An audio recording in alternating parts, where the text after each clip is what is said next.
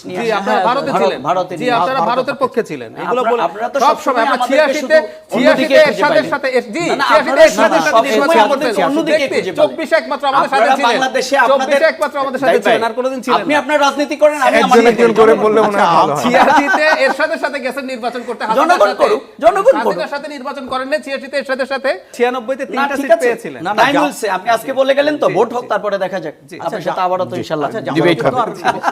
না সরি ইতিহাসে ট্রেড করি আমার বক্তব্য দিয়ে না, আপনি ট্যাগ কি করেছেন, এটা আমাকে না করলে অন্যকে করেছেন, আপনি বক্তব্যের জবাব দেন। এই যে ওই যে দোসর ফ্যাসিবাদের দোসর, ফ্যাসিবাদকে না ফ্যাসিবাদের দোসর বাংলাদেশে এখনো আছে, আগে যেমন রাজাকারের দোসর ছিল, এখন আপনি ফ্যাসিবাদের দোসর দিচ্ছেন, আপনি আওয়ামী লীগের কাজ করছেন, কেউ এটা নিয়ে খুব অস্থির আপনি আওয়ামী লীগের কাজ করছেন। বরং কেউ কেউ ওই পুরাতন বস্তা পচা রাজনীতি অথবা পুরাতনগুলো নিয়ে এসে শেখ হাসিনার যে তাজা রক্ত, খুন খারাপি, গুম খুন, আমাদের মায়েদের কান্না, এটাকে ঢেকে দিতে চান। এইরকম যারা করতে চান এরা হচ্ছে ফ্যাসিবাদের দোসর। আজকে তাদেরকে চিহ্নিত করতে 96 তে শেখ হাসিনার সাথে যে যুগপৎ আন্দোলন জামাতের, সেটা কি ভুল ইতিহাস? নো, আমি মনে করি আজকের 24 এই জায়গায় দাঁড়িয়ে স্বাধীনতা বিরোধী তারাই যারা লুটপাট করেছে, যারা মানুষকে খুন করেছে, যারা এই দেশের 15 বছর নির্বাচনের অধিকার কেড়ে নিয়েছে, আজকের স্বাধীনতা বিরোধী তারাই যারা মানুষকে খুন করেছে, শিশুকে খুন করেছে, আমাদের তরুণ প্রজন্মকে আজকে ধ্বংস করে দেওয়ার জন্য রাস্তায় নামছে, তারাই হচ্ছে স্বাধীনতা। সেটা নিয়ে আমার মনে হয় না কেউ দ্বিমত করছে। স্বাধীনতার পুরাতন সেই ইতিহাস নিয়ে এসে যারা বাংলাদেশের দুইজন জামাতের নেতৃবৃন্দ মন্ত্রণালয় পরিচালনা করেছেন, যেই বাংলাদেশের সবচেয়ে বড় সমস্যা হচ্ছে দুর্নীতি, সেই বাংলাদেশের 2জন মন্ত্রী 3টি মন্ত্রণালয় পরিচালনা করার পরে 1 টাকা দুর্নীতির অভিযোগ যাদের বিরুদ্ধে নেই, সেই নেতৃত্বকে বিভিন্ন পুরাতন বস্তা পচা ইস্যু দিয়ে আজকে ঢাকতে হবে। এইরকম যারা তারা কিন্তু ডক্টর করিম, এখানে তো মুক্তিযুদ্ধের ইতিহাসের কথা বলা হচ্ছে, সেটাকে আপনি বস্তা পচা ইতিহাস বলছেন? নো, আমি আজকে যেটি বলতে চাই সেটি হচ্ছে যে আজকের বাংলাদেশের সংকট কি 71 সালে জামাত মুক্তিযুদ্ধের বিরোধিতা করেছে এটি, না আজকের বাংলাদেশের সংকট হচ্ছে ফ্যাসিবাদ, না বাংলাদেশের সংকট হচ্ছে খুন খারাপি, না বাংলাদেশের সংকট হচ্ছে পাথর দিয়ে মানুষ মারা, না বাংলাদেশের প্রত্যেকটি দলকে কি ইতিহাসের দায় নিতে হয় না? আওয়ামী লীগকে কি 24 দায় নিতে হবে না? বাংলাদেশের সংকট হচ্ছে এখানে আজকে গোটা বাংলাদেশে যে চাঁদাবাজি হচ্ছে, আজকে কোনটা সংকট? সুতরাং এখানে এসে টেলিভিশনের মধ্যে যখন আজকে আমাদের শহীদের মায়েরা কান্নাকাটি করে, আজকে যখন লুটপাট হয়ে যাওয়ার কারণে মানুষ তার অধিকার হারা রাস্তায় বসে আছে, এগুলো নিয়ে তো বিতর্ক নেই ডক্টর করিম। বিতর্ক হচ্ছিল যে জামাতের আগের অবস্থানগুলোর ব্যাপারে, এই যে যেটা ডক্টর জাহেদ বলছিলেন জামাত না। একটু আমি আপনাকে প্রশ্নটা করি, তাহলে আপনার শেষ করতে বলতে সুবিধা হবে।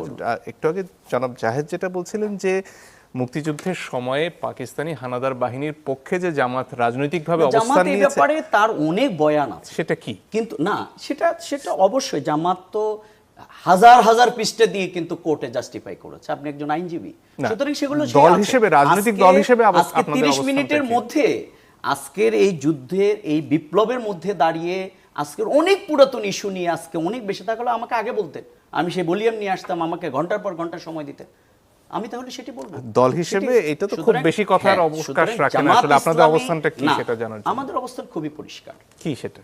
আমি তো সেটা বলেছি যে বাংলাদেশ জামাত ইসলামী দলগতভাবে যে যুদ্ধে জামাত অংশগ্রহণ করতে পারেনি, এটা তার ব্যর্থতা, এটার জন্য সেই সরি বলছে, এটা কিন্তু গণহত্যায় যে রাজনৈতিক সমর্থন, সেটাকে আপনারা কিভাবে দেখেন? কিন্তু বাংলাদেশ পরবর্তী যে আজ পর্যন্ত বাংলাদেশ জামাত ইসলামী কতগুলো অপরাধ করেছে, কতগুলো ধর্ষণ করেছে, কত জায়গায় দুর্নীতি করেছে, কত জায়গায় অসামাজিক কার্যক্রম করেছে, কতজনকে হত্যা করেছে, আপনি সেটি বলুন।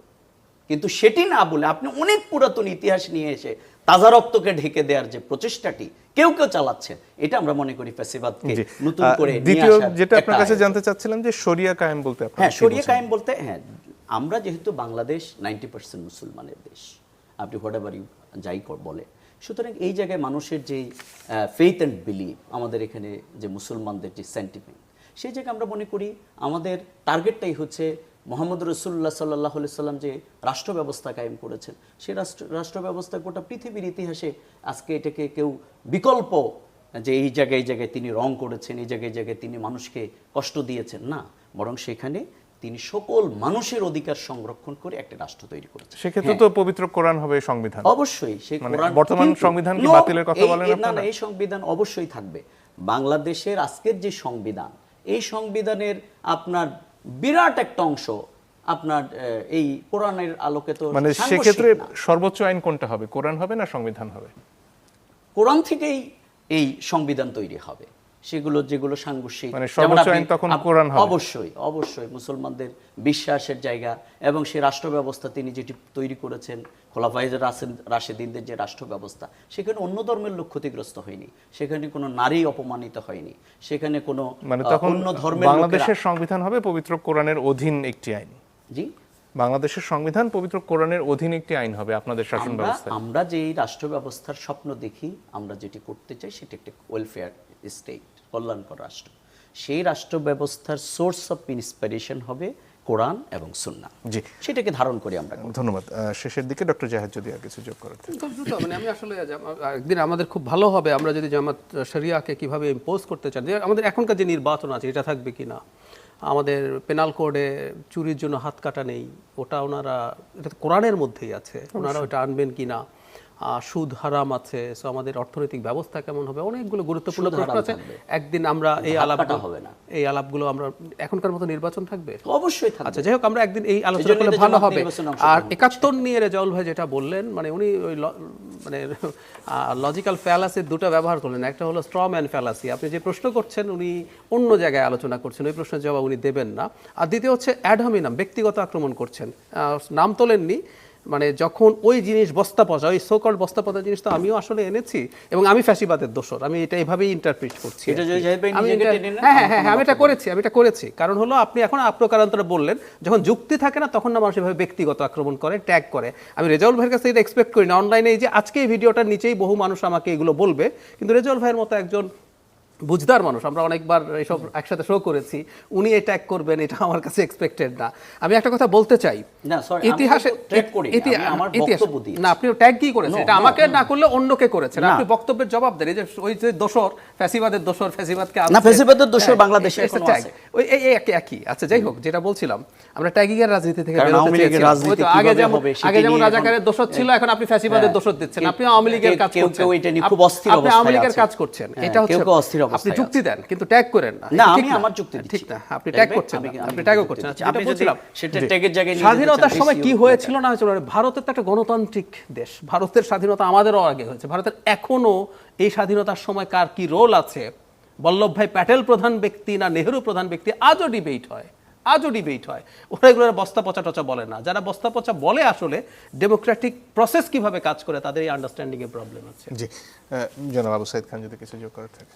না, এখন প্রশ্ন হচ্ছে যে তাহলে কি আমরা 71-কে বাদ দিয়ে তো নতুন স্বাধীনতার কথা ভাববো চাইছেন? 24 এবং বিপ্লব বলছেন, এটা বিপ্লব না একেবারে, আমরা এই ডিবেট করতে প্রস্তুত আছি। আচ্ছা, তাহলে এই জায়গা যদি হয় যে এটা দ্বিতীয় স্বাধীনতা, দ্বিতীয় রিপাবলিক, তাহলে এটা আলোচনা হতে পারে। আর একটা হচ্ছে যে আমাদের যদি মুক্তিযুদ্ধের মধ্য দিয়ে বাংলাদেশের যাত্রা শুরু হয়, তো সেই যাত্রা পথে কারা বাধা ছিল সেগুলো চিহ্নিত হতে পারে। এবং যদি এখানে যদির কোনো ব্যাপার নাই, এখানে যারা অপরাধ করেছে এই যারা অপরাধ করেছে তাদেরকে 47 আপনারা ভারতের পক্ষে ছিলেন, পাকিস্তানের পক্ষে ছিলেন না। 47 নিয়ে জি আপনারা ভারতে ছিলেন, জি আপনারা ভারতের পক্ষে ছিলেন। এগুলো বলে আপনারা তো সব সময় আমরা 86 এর সাথে জি 86 এর সাথে আমাদের অন্যদিকে 24 একমাত্র আমাদের সাথে ছিলেন, বাংলাদেশে 24 একমাত্র আমাদের সাথে ছিলেন, আর কোনোদিন ছিলেন না। আপনি আপনার রাজনীতি করেন, আমি আমার একজন করে বললে মনে হয় ভালো হয়। 86 তে এর সাথে গেছেন নির্বাচন করতে, জনগণ করুক, হাসিনার সাথে নির্বাচন করেন না, 86 তে এর সাথে সব সময় ইতিহাসে রং সাইডে ছিলেন। আপনি বলতেছেন যে রং সাইডে আপনার পর্যালোচনা বাংলাদেশের মানুষ জামাত ইসলামীকে প্রত্যাখ্যান করেছে। বাংলাদেশের মানুষের জনপ্রিয়তা, ভোটের রাজনীতিতে 96 তে 3টা সিট পেয়েছিলেন। টাইম হইছে, আপনি আজকে বলে গেলেন তো, ভোট হোক তারপরে দেখা যাক। আপনার সাথে আবারও তো ইনশাআল্লাহ ডিবেট হবে। জামাত তো কখনো আর জনগণের ম্যান্ডেট নিয়ে ক্ষমতা আসে নাই, আসবে, ওয়েট এন্ড সি। আচ্ছা, দেখা যাক আর কি।